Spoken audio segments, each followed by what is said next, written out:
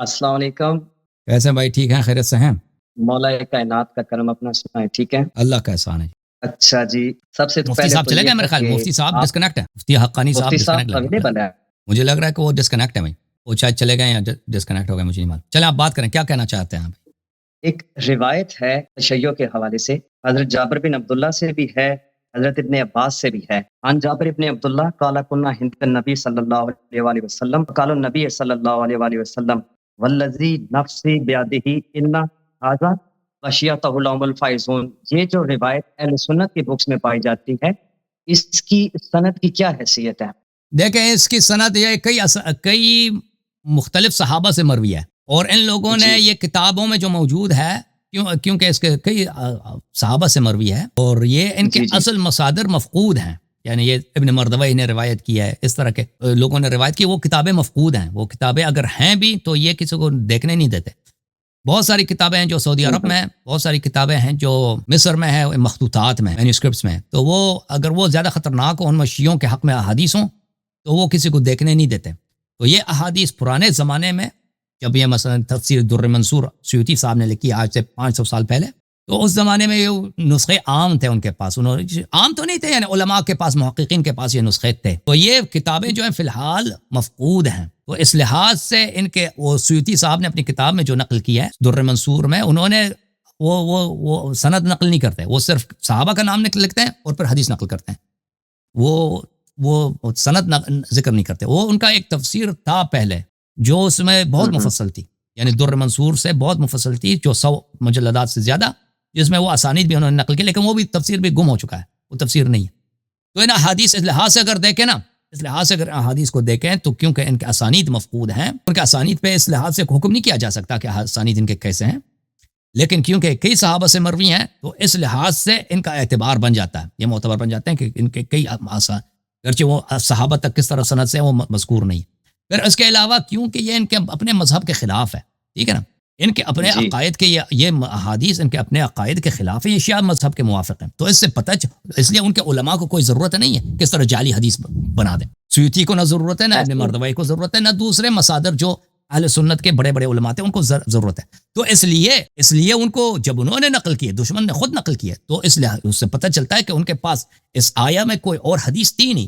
جو حدیث ان کو ملی وہ حتماً, کیونکہ ان کے اپنے مذہب کے خلاف ہے, یہ حدیث اگر صحیح نہ ہوتی ان کے نظر میں, تو ان کو نقل یا ان کے نظر میں اگر یہ کاذب حدیث ہوتی, یہ موضوع حدیث ہوتی, تو نقل ہی نہیں کرتے. کیونکہ ان کے ہاں قاعدہ محدثین کے ہاں کہ اگر کوئی حدیث موضوع ہے تو اس کو نقل کرنا حرام ہے. اگر آپ کو پتہ ہے کہ یہ موضوع ہے, یہ فیک حدیث ہے, تو اس کو نقل کرنا حرام ہے, مگر یہ کہ آپ ساتھ لکھ دیں یہ حدیث میں اس لیے نقل کر رہا ہوں کہ بھائی تم جھوٹی حدیث سے بچا کرو, اس طرح کی جھوٹی حدیث بھی ہوتی ہیں. تو اس طرح تصریح کیے بغیر حرام ہے نقل کرنا جھوٹی حدیث کو. تو جھوٹی تو ہے ہی نہیں, تو ان کو وجہ نقل کرنے کی وجہ کیا ہے پھر؟ تو اسی لیے وہ نقل کیا ہے نا مخالفین نے کہ یہ صحیح حدیث ہے. تو اس لیے کہ مخالفین کے کتب میں اور کئی اسانید کے ساتھ لہذا حتماً یہ صحیح حدیث ہے. جی سر. اچھا, دوسرا میرا یہ سوال ہے کہ ہمارے جو مصادر اولا ہے تشیع کے, اس میں صحابہ کرام جو وفادار رسول ہے, وفادار امیر المؤمنین ہے, ان سے تقریباً کتنی مروی روایات موجود ہے؟ دیکھیں ان کے ہاں تو حدیث کی بہت کمی ہے نا اہل سنت کے ہاں. ان کے ہاں جب آپ احادیث نکالتے ہیں نا, کل احادیث ملا دیں, ان کے جتنے احادیث دنیا میں یعنی ضعیف وغیرہ ملا کے شاید 10,000 سے زیادہ نہیں اہل سنت کے.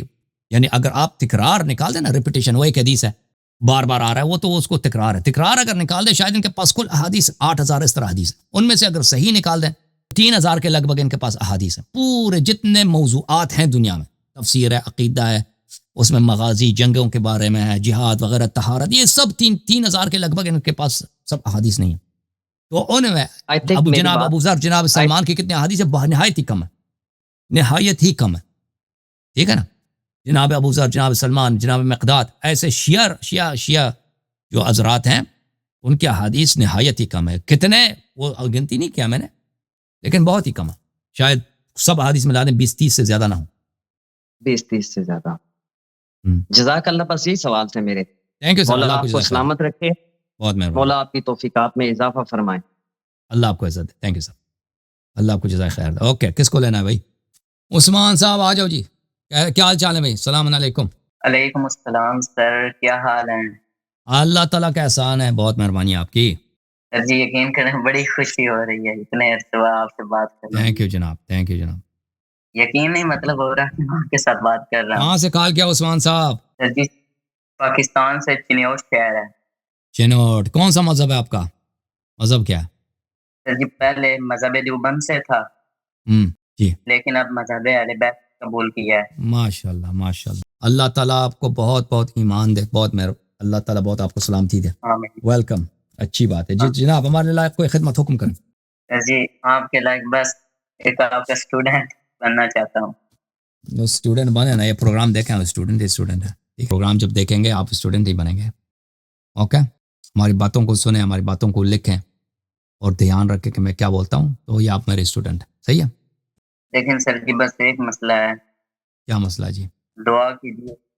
دعا کیجیے کہ اللہ تعالیٰ میرے لیے آسانیاں نصیب فرمائے، کیونکہ آج ہمارے ساتھ بالکل مطلب کہ وہابی مذہب کے رہتے ہیں. جی انشاءاللہ اللہ تعالیٰ آپ کو صحیح سلامتی عزت دے. بہت مہربانی آپ کی میرے بھائی. اللہ تعالیٰ آپ کو پروٹیکٹ کرے، اللہ تعالیٰ آپ کے دشمنوں کا منہ کالا کر دے. بہت مہربانی. اور بھائی اپنے جو ہوسٹ ہیں چودھری عثمان بھائی، آپ لوگ دھیان رکھیں نا، ادھر لوگ آتے ہیں اپنے ویٹنگ روم میں ادھر سے چلے جاتے ہیں، آپ ان کو انٹر نہیں کرتے نا. ویٹنگ روم سے وہ بیچارے باپ واپس چلے جاتے ہیں کیونکہ آپ لوگوں کا دھیان ہی نہیں ہے. چلیں دوسرا کالر کون ہے بھائی؟ وہ تے چلے گئے، آپ نے نہیں انٹر نہیں کیا نا، وہ چلے گئے. نو ون از دیئر. ادھر تھے بھائی ویٹنگ روم میں نے خود دیکھا. میں نے کہا کہ میں انٹر کر دوں لیکن ان کا ایکسپائر ہو گیا، چلے گئے.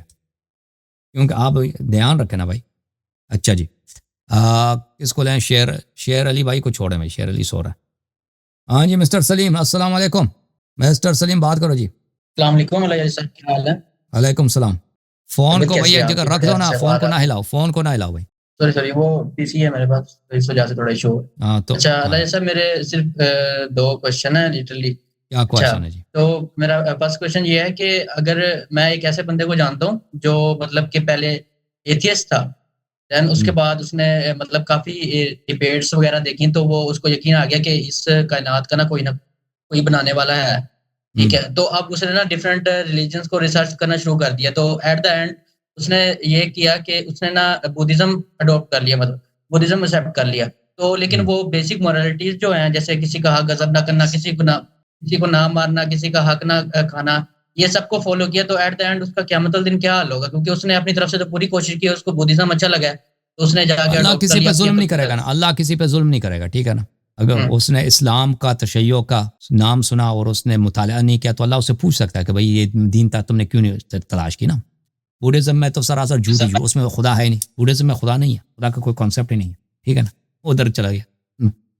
ٹھیک ہے نا. اس نے اگر اس کو چاہیے کہ اللہ نے نبی صلی اللہ علیہ وسلم کو بھیجا، اہل بیت علیہ السلام کو بھیجا، اور اس نے پرواہ نہیں کی کہ یہ بھی صحیح ہو سکتا ہے. ریسرچ ہی نہیں کیا. ریسرچ کرتا، سوچتا تو سمجھ آ جاتا کہ یہ حق ہے. ٹھیک ہے نا. تو اللہ اس کو پکڑ سکتا ہے، پوچھ سکتا ہے کہ بھائی تم نے ایسا کیوں نہیں کیا. اچھا تو بیسک اخلاقیات جو ہیں تمام مذاہب کی وہ تو سیم ہے نا، کسی کا حق نہ ماننا، سیم نہیں ہے، کسی کو قتل نہ کرنا. سیم نہیں ہے، سیم نہیں ہے جی، سیم نہیں ہے. بہت فرق ہے. جو مذہب اہل بیت علیہ السلام میں دنیا میں کسی کے پاس نہیں. اوکے تو مطلب کہ اگر وہ پوری ریسرچ کرنے کے باوجود بھی اگر وہ کسی اور مذہب کی طرف چلا جاتا ہے تو اس میں اس کا کیا قصور ہے کہ اس کے بعد جتنی عقل تھی اس نے استعمال کی ہے اپنی. وہ اگر سیدھا عقل کرتا نا تو اسلام کے متعلق ریسرچ کرتا تو اس کو سمجھ آ جاتا کہ اسلام اس نے کیا ہے، تمام مذاہب کو ریسرچ کی ہے. نہیں، وہ کیسے ہو سکتا ہے؟ اسلام کے متعلق ریسرچ کیا اور پتہ چلا کہ ہندو صحیح ہے، بودھسٹ صحیح ہے.